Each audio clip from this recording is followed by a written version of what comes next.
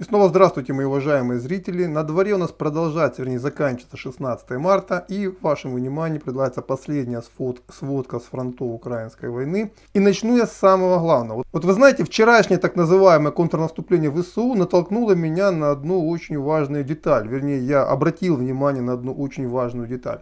Потому что я вот работаю на информационном фронте, и я это все вижу. Так вот, я вижу, что наши противники, они к этому очень хорошо подготовились. Например, любой маломальский успех, например, ВСУ, он мгновенно тиражируется, он мгновенно обрастает выдуманными историями. Более того, зачастую он уже повторяется на протяжении последних 3 недель несколько раз. То есть, как только хоть какой-то маломальский успех, мгновенно появляется в видео. С обратной стороны, как говорится, днем с огнем не дождешься. А ведь это важнейший на самом деле момент. Потому что, к сожалению, вот представители Киева, они сегодня могут почему мобилизовать огромное количество людей. А я хочу сказать, что вчера, сегодня мне все больше и больше приходят сообщения о том, что в том или ином городе Украины объявлена тотальная мобилизация. То есть выгребают всех, кого только можно, дают в руки оружие, иди защищай свой город, свою родину. И да, таки это показывают два момента. Первый момент, что с добровольцами у них там как-то не сложилось. И второй момент, что с теробороной у них тоже не сложилось. Но это детали. Важно, что очень большое количество людей готовы все-таки еще поддерживать этот режим по одной простой причине. Потому что СМИ удается убеждать людей, что они побеждают. В то время, когда они проигрывают.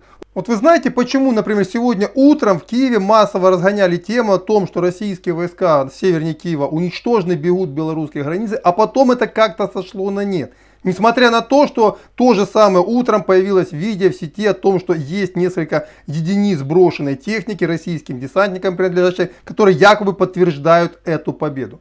А это случилось по одной простой причине, потому что победы никакой не было. Потому что те части, которые перешли в наступление, попали в хорошо спланированную засаду, потому что российские войска, очевидно, ожидали чего-то подобного, либо им кто-то сообщил. А в последнее время это случается все чаще и чаще, то есть российские войска, местные жители предупреждают о будущих действиях киевских властей. И вот штурмовой отряд ВСУ попал в засаду и был там на голову разгромлен. Но вот видео с брошенной российской техникой мы увидели сразу. А вот видео разгрома отряда ВСУ вы не найдете.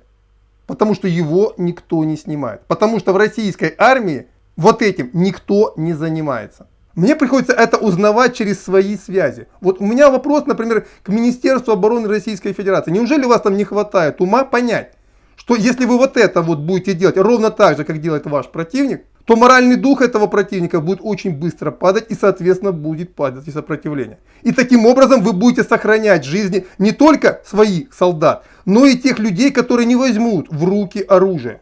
Неужели вам не хватает ума этого понять? Ну, это, как говорится, эмоции. Давайте возвращаемся к действительности. Что у нас происходит на фронтах? Ну, в связи с вот этими событиями, так называемыми контрнаступательными операциями ВСУ, по большей части безуспешно, как это было под Запорожьем, иногда провальный, как это было под Киевом. Ну, а в чем-то все-таки успех был на стороне ВСУ, как под Николаем, под РСЗО попал аэродром и было повреждено несколько вертолетов. По моим данным, около 10. То есть на этих фронтах сегодня было относительно тихо. Стороны, так сказать, и подводили итоги боев, эвакуировали раненых, убитых, и поэтому стояла более-менее относительная тишина. Чего не скажешь о Донецком фронте, где наступление армии ДНР разворачивалось, пусть и не так стремительно, как им бы хотелось бы, но довольно успешно. По вечерней сводке Министерства обороны Российской Федерации, наступление на Марьинку, это западные пригороды Донецка, развивается в целом успешно. За день пройдено с боями примерно 2 километра. То есть постепенно, как мы видим, идет охват Курахова и с юга, и с востока. Причем с юга поджимают его российские войска, а с востока войска народной милиции Донецкой Народной Республики. И также постепенно прогрызается оборона противника на Горловском направлении. За день пройдено примерно тоже около 1-2 километров.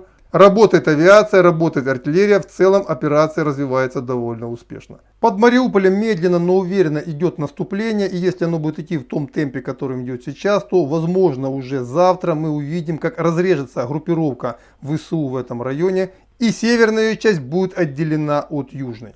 У гарнизона ВСУ очевидные проблемы, причем в первую очередь связаны с тем, что идет почти бесконечный штурм. Потому что штурмующие группы, которые идут на Мариуполь, они меняют друг друга. Они могут атаковать, отдохнуть, опять атаковать. А те, кто там сидит внутри города, они под постоянным напряжением, под постоянным давлением. И по ним работает и авиация, и артиллерия, и даже корабли с моря.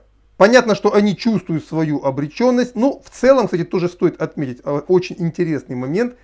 До сих пор войска ВСУ сражаются очень самоотверженно. По моим оценкам, они уже потеряли убитыми примерно около 13-15 тысяч человек. И на этот момент у всех сторон, у ЛНР, у ДНР, у российских войск, всего лишь там чуть более 1000 пленных. Это говорит о высокой стойкости ВСУ. Также тоже хочу внести в ясность немножко в ситуацию, потому что, видимо, господин Коношенков немножко не владеет ситуацией. Местные жители мне рассказали по Северодонецку рубежному ситуацию другую. То есть не в Северодонецк в основном зашли войска ЛНР, а именно в рубежное. В Северодонецк они зашли только сегодня вечером, как говорят мне мои зрители. А вот в рубежном действительно зачистка идет довольно интенсивно. И войска ЛНР продвинулись довольно существенно. Также продолжают взрываться переправы в районе Святогорска и Красного Лимана. А это говорит о том, что войска народной милиции ЛНР также медленно, но уверенно двигаются по направлению к Славянску. Вот это примерно то, что случилось на сегодня, на вечер, на 16 марта, примерно на 20 часов по московскому времени. Следующий выпуск будет завтра утром. Ну и там мы будем рассматривать не сводки с фронта, а другую, тоже очень интересную тему. На этом по этой теме все. До свидания и до завтра.